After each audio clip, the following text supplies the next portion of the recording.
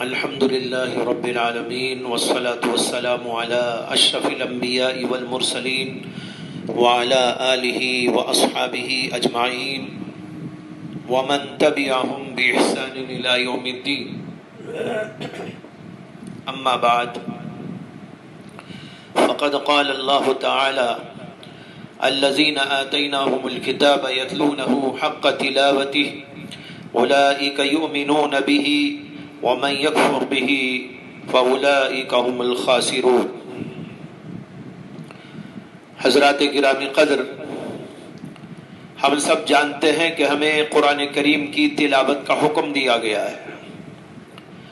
اللہ تعالیٰ نے ایک جگہ قرآن میں فرمایا: فَقْرَؤُوا مَا تَيَسَّرَ مِنَ الْقُرْآنِ، جو بھی آسان ہو قرآن میں سے اس کی تلاوت کرو، اس کو پڑھو. اسی طرح تلاوت کا حکم احادیث کے اندر بھی وارد ہے، مگر یہاں سمجھنا یہ ہے کہ تلاوت قرآن میں اصل یہ ہے کہ اس کا حق ادا کیا جائے. اس وقت جو آیت میں نے تلاوت کی ہے، اس میں اللہ تعالیٰ نے فرمایا ہے: الذین آتیناہم الکتاب، جن کو ہم نے کتاب عطا کی ہے، یتلونہ حق تلاوتہ، وہ اس کو اس کا حق ادا کرتے ہوئے تلاوت کرتے ہیں. اس میں حق تلاوت کا ذکر کیا گیا ہے. اس آیت میں کون لوگ مراد ہیں، اس کے بارے میں مفسرین کی دو رائے ہیں. ایک رائے ہے کہ اس سے مراد یہودیوں کے وہ علماء ہیں جنہوں نے تورات کو صحیح طور پر پڑھا، اس کا حق ادا کرتے ہوئے پڑھا اور اس کی رعایت کرتے ہوئے پڑھا، اور پھر اس کا نتیجہ یہ ہوا کہ وہ اسلام میں داخل ہوئے اور تورات کے حکم کے مطابق اللہ کے نبی علیہ السلام کی اتباع میں داخل ہو گئے. بعض مفسرین کہتے ہیں کہ اس سے مراد حضرات صحابہ کرام رضوان اللہ تعالی علیہ مجمعین ہیں، جنہوں نے قرآن کو ٹھیک طور پر اس کا حق ادا کرتے ہوئے تلاوت کیا اور اس کے اوپر وہ گامزن رہے. بہرحال جو بھی ہو، اللہ کی کتاب کا حق ادا کر کے پڑھنا یہ ایک تعریف کی بات ہے. اللہ تعالیٰ نے ان لوگوں کی اس کے اندر تعریف کی ہے. معلوم ہوا کہ قرآن کریم کی تلاوت کا حق ادا کرتے ہوئے اس کی تلاوت کرنی چاہیے. حضرات، اب سنیے کہ تلاوت قرآن کے 3 درجے ہیں. ایک درجہ زبانی تلاوت، اور ایک درجہ ذہنی تلاوت کا، اور ایک درجہ قلبی تلاوت کا. زبانی تلاوت یہ تلاوت کا سب سے اولین درجہ ہے، اور یہ بھی مطلوب ہے اور اس کے اوپر ثواب کا وعدہ بھی ہے. لیکن اسی پر اکتفا کر لینا غلطی ہے، کیونکہ یہ مطلب لینا کہ قرآن بس زبانی طور پر تلاوت کرنے کے لیے ہے، باقی اس کا کوئی اور مقصد نہیں. یہ بات بالکل غلط ہے، بلکہ اس کا مقصد اس سے آگے بڑھ کر یہ ہے کہ ذہنی تلاوت بھی ہو اور قلبی تلاوت بھی ہو، جیسے کہ آگے چل کے میں عرض کروں گا. باقی قرآن کریم کی زبانی تلاوت ایک درجے میں مطلوب ہے اور اس کے اوپر ثواب بھی ہے، اور مختلف قسم کے فضائل بھی اس کے لیے بیان کیے گئے ہیں. حدیث میں ہے کہ حضرت عبداللہ بن مسعود رضی اللہ تعالی عنہ نے فرمایا کہ رسول اکرم صلی اللہ علیہ وسلم کا ارشاد ہے: من قرأ حرفا من کتاب اللہ فلہ بہ حسنہ والحسنۃ بعشر امثالها لا اقول الف لام میم حرف ولكن الف حرف ولام حرف ومیم حرف.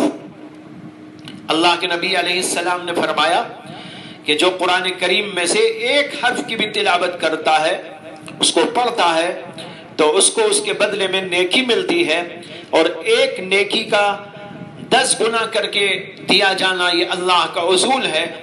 اور میں یہ نہیں کہتا کہ الف لام میم یہ پورا ملا کر ایک حرف ہے، بلکہ الف ایک حرف ہے، لام دوسرا حرف ہے اور میم تیسرا حرف ہے.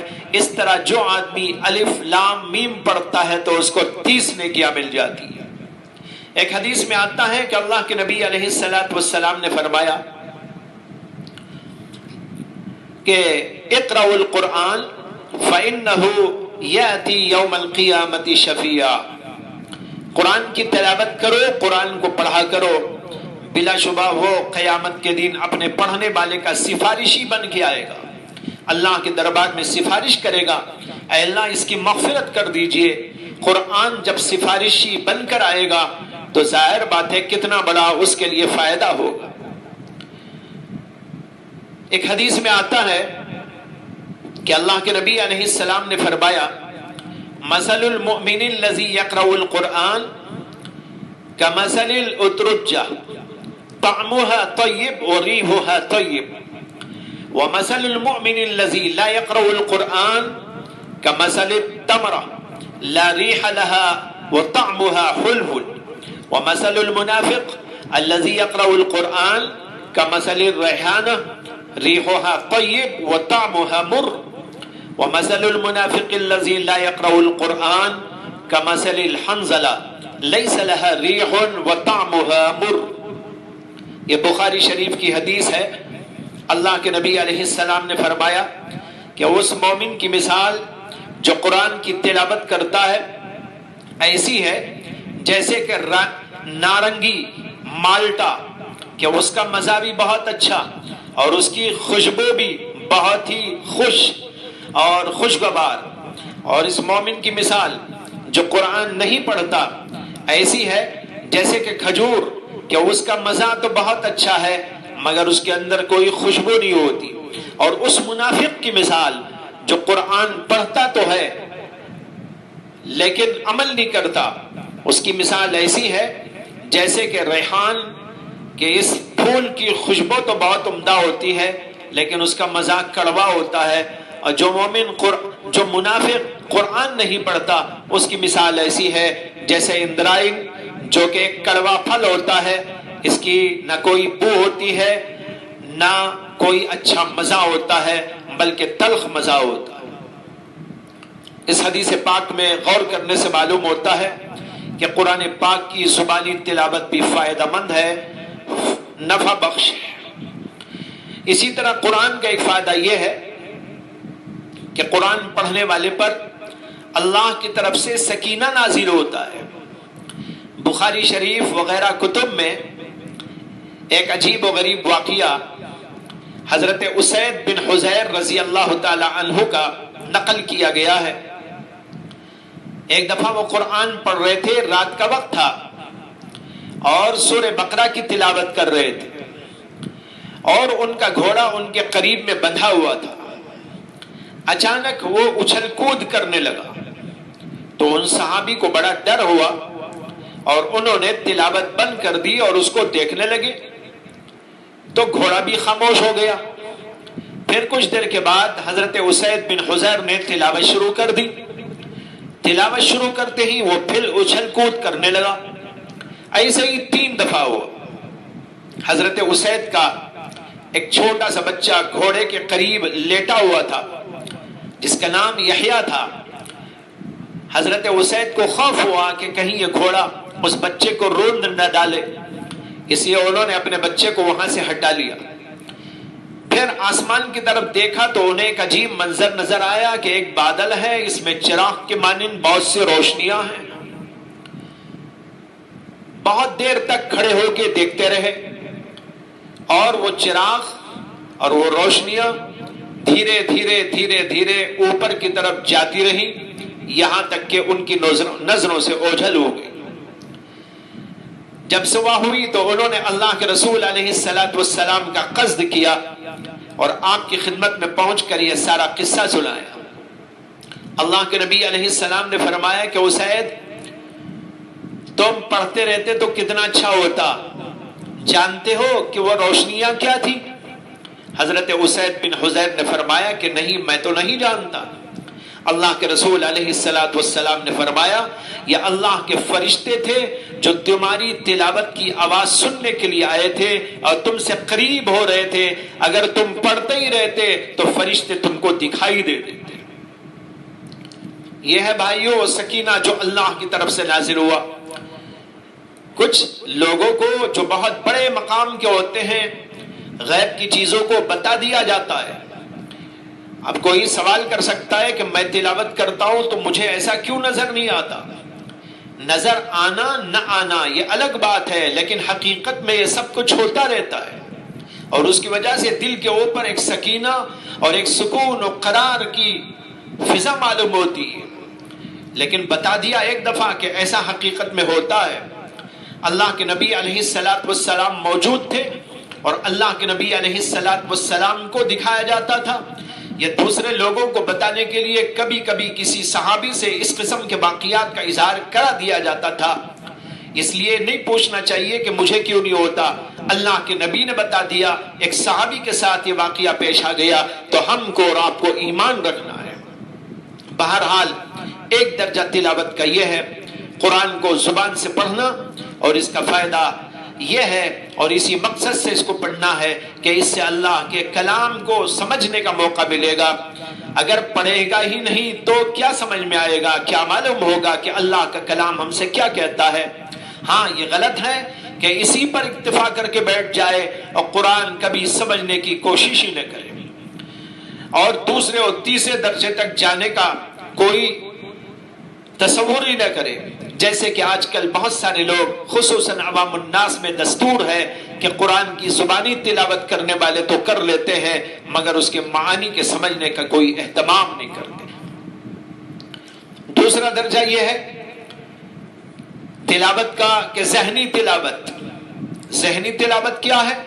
وہ یہ ہے کہ اللہ کے کلام کے معانی کو پڑھا جائے، یہ دماغ کا کام ہے، وہ اس کی لغت کو جانے گا، اس کے معانی کو سمجھے گا، اس کے اسرار کو پہچانے گا، اس کے علوم و معارف کی حقیقت تک پہنچے گا۔ لہذا ہر دور میں علماء یہ کام کرتے آئے ہیں۔ مدارس اسلامیہ کے اندر بھی یہی کام ہوتا ہے کہ قرآن کریم کیا معنی رکھتا ہے، اس کی تفسیر کیا ہے، اس کے مطالب کیا ہیں، اس کے حقائق کیا ہیں، اس کے معارف کیا ہیں، اور یہ ساری چیزیں کھول کھول کر سمجھائی اور پڑھائی جاتی ہیں تاکہ اللہ کا کلام صحیح طور پر سمجھ میں آئے، کیونکہ قرآن صرف زبانی طور پر پڑھنے کے لیے نہیں آیا بلکہ سمجھنا بھی امت کی ایک ذمہ داری ہے تاکہ اس کے مضامین و مطالب اور اللہ کی مرادات معلوم ہو۔ اسی لیے قرآن کریم اس کا حکم دیتا ہے کہ قرآن میں تدبر اور تفکر کرو، اور اس میں کوتاہی کرنے پر دھمکی بھی دیتا ہے۔ ایک جگہ قرآن کریم نے فرمایا افلا یتدبرون القرآن ام علی قلوب اقفالها، کیا لوگ قرآن میں تدبر نہیں کرتے؟ یہ ہے کہ ان کے دلوں پہ تالے پڑ گئے۔ اس سے معلوم ہوا کہ قرآن میں تدبر نہ کرنا ان لوگوں کا کام ہے جن کے دلوں پہ تالے پڑ گئے ہو۔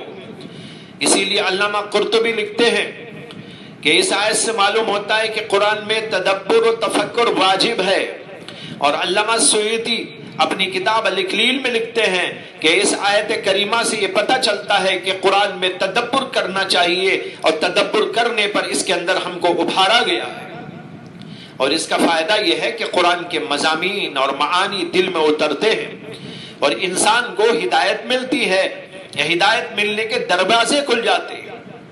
کیا آپ نے نہیں سنا کہ حضرت عمر رضی اللہ عنہ اپنی بہن اور بہنوئی کو مارنے کے لیے ان کے گھر گئے تھے، اس لیے کہ وہ دونوں اسلام لے آئے تھے، اور وہاں جا کر بہنوئی کو پیٹا تھا، پھر بہن کو مارا تھا، پھر تھک کر بیٹھ گئے تھے۔ پھر انہوں نے خیال کیا کہ چلو یہ دیکھتے کہ لوگ جو قرآن پڑھتے ہیں اس قرآن میں آخر ہے کیا۔ بہن سے انہوں نے قرآن کو لے کر، قرآن کے اوراق کو لے کر پڑھنا شروع کیا، جن اوراق کے اندر سورہ طٰہٰ لکھی ہوئی تھی۔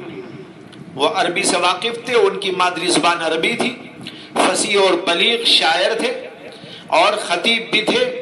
انہوں نے اس کے معنی کو سمجھا، اس میں غور کیا، سورہ طٰہٰ کی آیتیں پڑھتے گئے یہاں تک کہ اسلام ان کے دل میں داخل ہو گیا اور وہ اسلام میں داخل ہو گئے اور محمد صلی اللہ علیہ وسلم کے پاس جا کر آپ کی غلامی میں داخل ہو گئے۔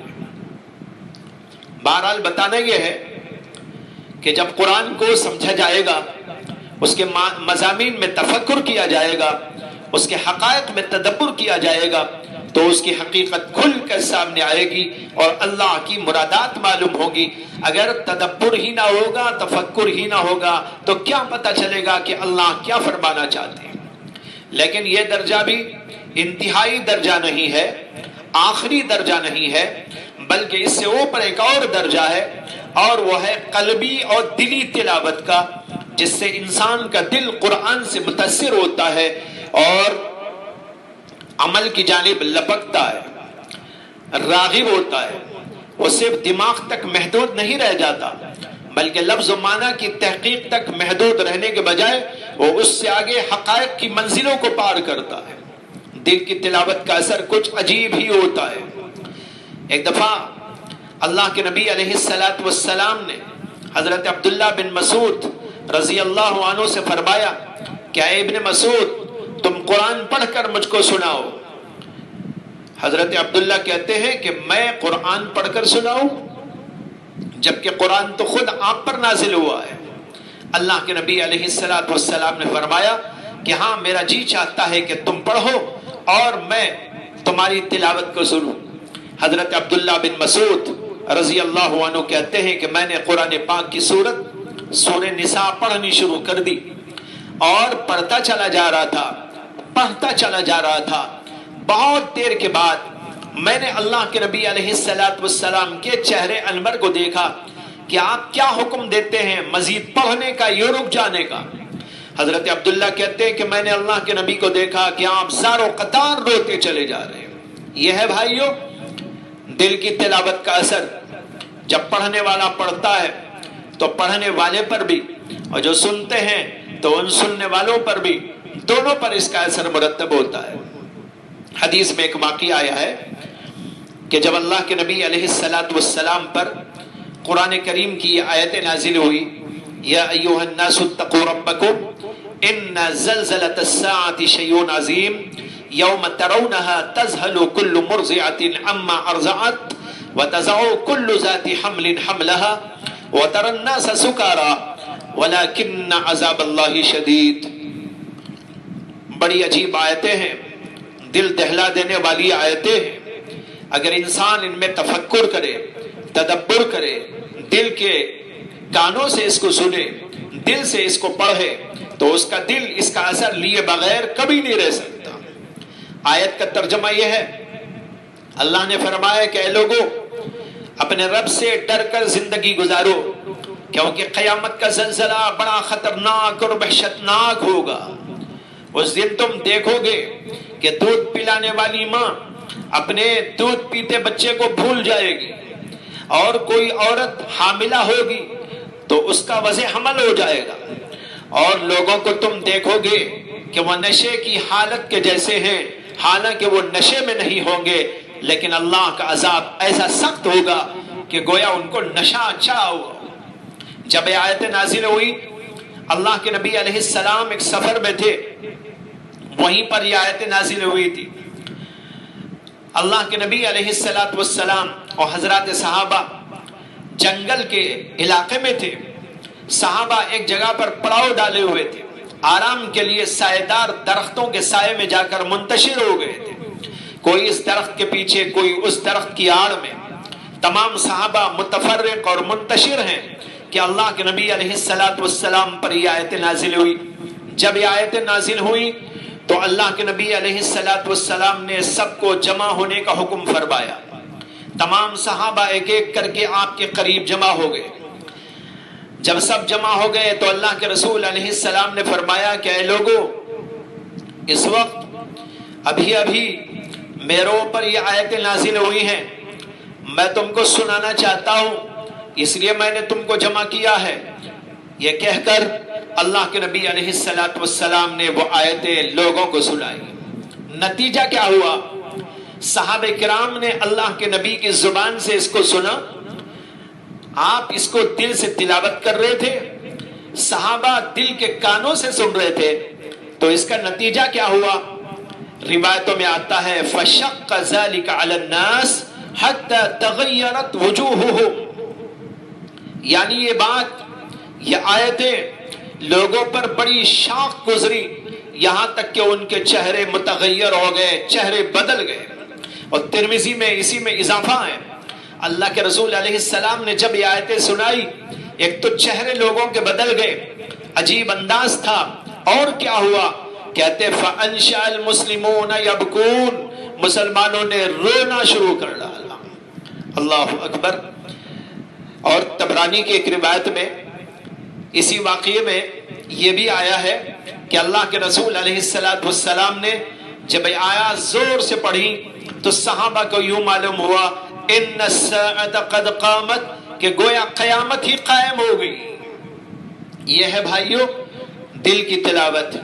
معلوم ہوا کہ قرآن کریم کو اس طرح پڑھنے کی ضرورت ہے کہ ابھی اس کے مضامین پر غور و فکر کرنے کی ضرورت ہے، لیکن عام طور پر قرآن کریم پڑھنے والے بہت کم، اور قرآن پر غور کرنے والے تو اتنے کم کہ ہم میں سے تو کوئی گنتی اور حساب ہی اس کے لیے شمار کرنا مشکل ہے کہ کتنی تعداد ہم میں ایسی ہے جو قرآن میں غور و فکر کرتی ہے۔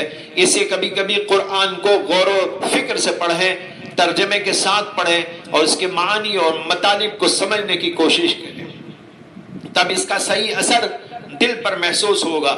امام شافعی بہت بڑے فقیہ تھے، بڑے محدث تھے، 4 اماموں میں سے ایک امام ہیں، اور بڑے اللہ والے تھے، غور و فکر کے ساتھ قرآن پڑھتے تھے، احادیث پڑھتے تھے۔ نتیجہ یہ ہوا کہ ان کا دل انتہائی نرم گداز ہو گیا اور ان کے دل کے اوپر قرآن کریم کے اثرات مرتب ہوتے تھے۔